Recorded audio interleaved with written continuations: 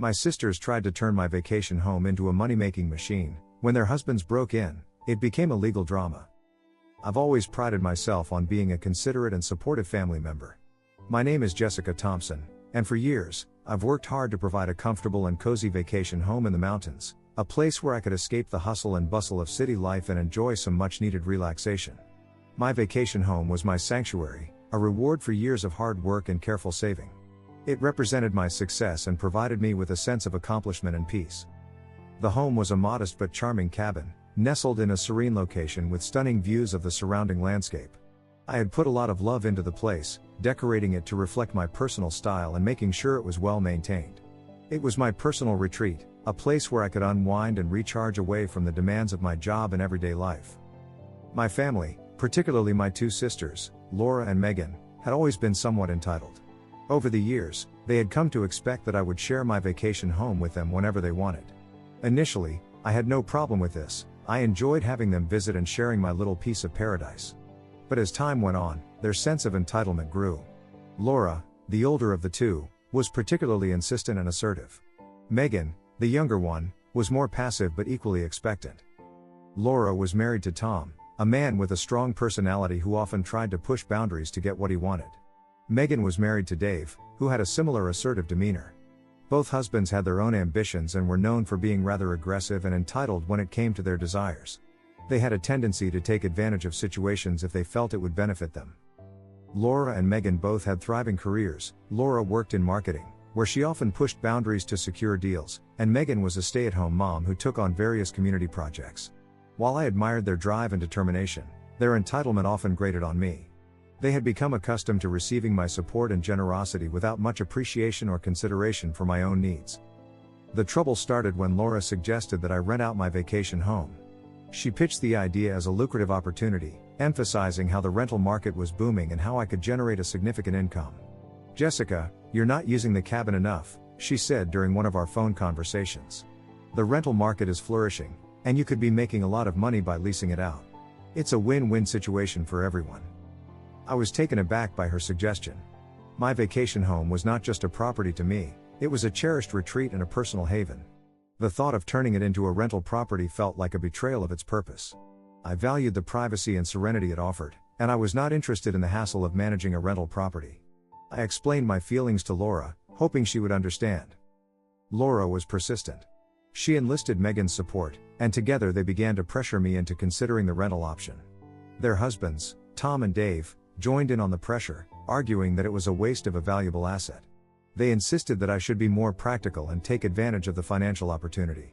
They even offered to manage the rental process themselves, claiming it would be effortless and profitable. The constant pressure from my sisters and their husbands began to wear on me. I had always been the peacemaker in the family, trying to avoid conflicts and keep everyone happy. But this time, I felt strongly about my decision and refused to give in. I was clear in my stance. The vacation home was not for rent. I had envisioned it as a place of retreat and relaxation, not as a source of income. I hoped that my refusal would end the matter, but I was mistaken. Laura, Megan, Tom, and Dave's persistence only intensified. They began discussing my vacation home with others, making me feel like I was being unreasonable. They started to question my decision in family gatherings, subtly undermining my position and creating a sense of pressure that was difficult to ignore.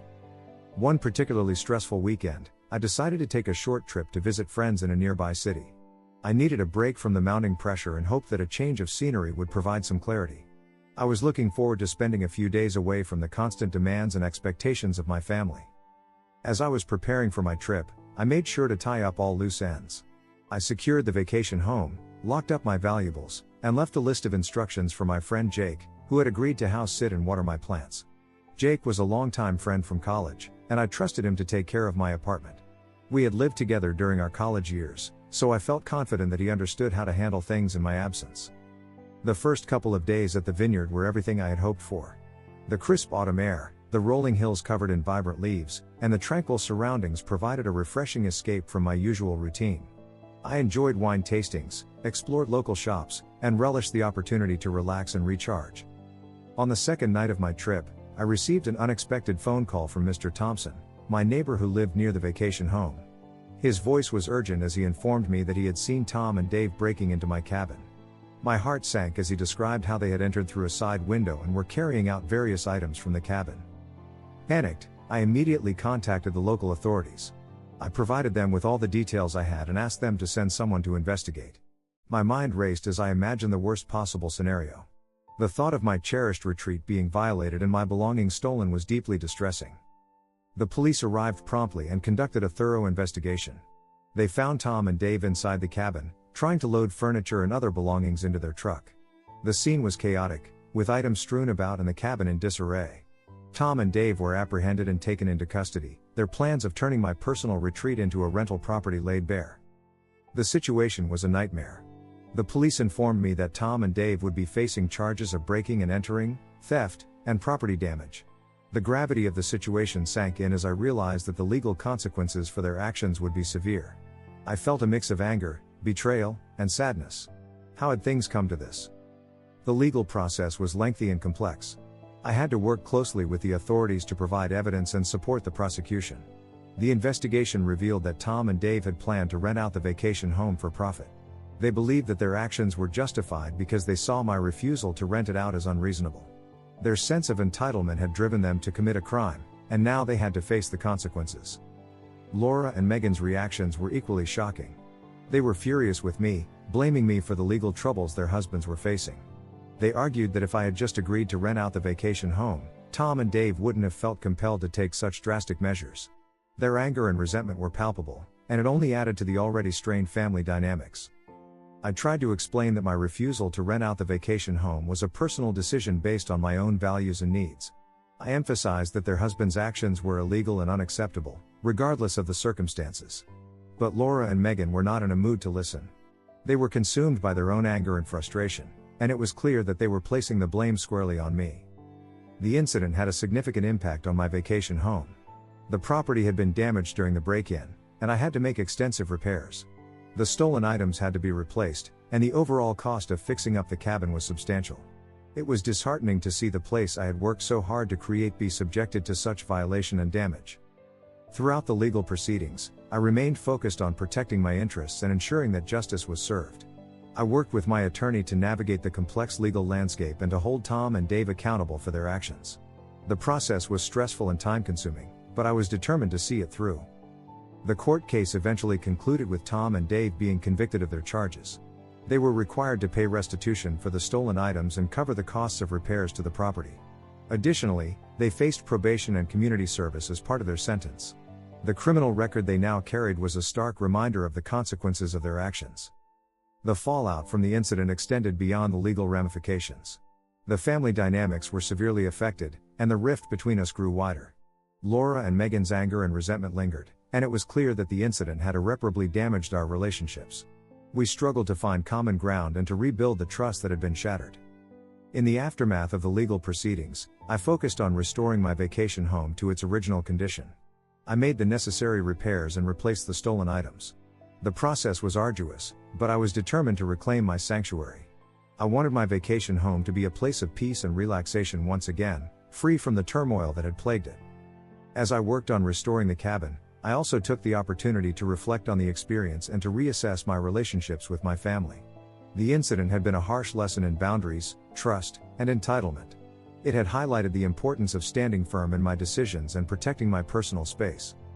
I made it clear to Laura and Megan that while I valued our family connections, I would not tolerate further attempts to infringe upon my personal property or to undermine my decisions.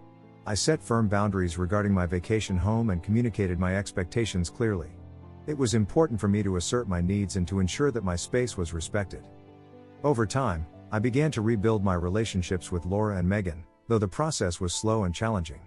We had honest conversations about the incident and its impact on our family dynamics. It was not an easy journey, but I was committed to finding a way to move forward. The experience ultimately reinforced my commitment to maintaining clear boundaries and valuing my own needs and well-being. It was a painful chapter in my life, but it had taught me valuable lessons about trust, respect, and the importance of standing up for myself. I learned that even well-intentioned family members could sometimes act in ways that were hurtful and damaging. As I continued to enjoy my vacation home, I did so with a renewed sense of appreciation for the sanctuary it provided. The incident had been a significant challenge, but it had also reinforced my commitment to protecting my personal space and ensuring that my retreat remained a place of peace and relaxation. Epilogue. The incident with Tom and Dave became a cautionary tale within our family about the consequences of entitlement and disrespect for personal boundaries. The story of how my sisters and their husbands had attempted to profit from my personal property and the legal repercussions that followed served as a stark reminder of the importance of respect and boundaries. Laura and Megan's anger and resentment gradually subsided, though the rift between us never fully healed. The experience had left scars, and the family dynamics were forever altered. However, it also led to a greater understanding of the need for mutual respect and clear communication. My vacation home continued to be a cherished retreat. I took greater care to protect it and to ensure that it remained a sanctuary for me. The incident had taught me to appreciate the space even more and to be vigilant in safeguarding my personal boundaries. The story of the break-in and the subsequent legal battle became a lesson for everyone involved about the consequences of entitlement and the importance of respecting others' personal property.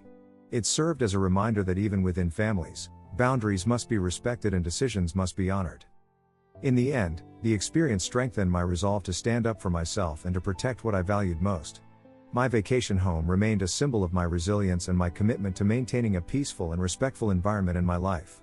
Through it all, I emerged with a deeper understanding of the importance of setting and enforcing boundaries, and I continued to cherish the sanctuary that my vacation home provided. Thanks for watching, guys. If you enjoyed these Reddit stories, don't forget to like, subscribe, and hit that bell so you never miss an update. See you in the next one.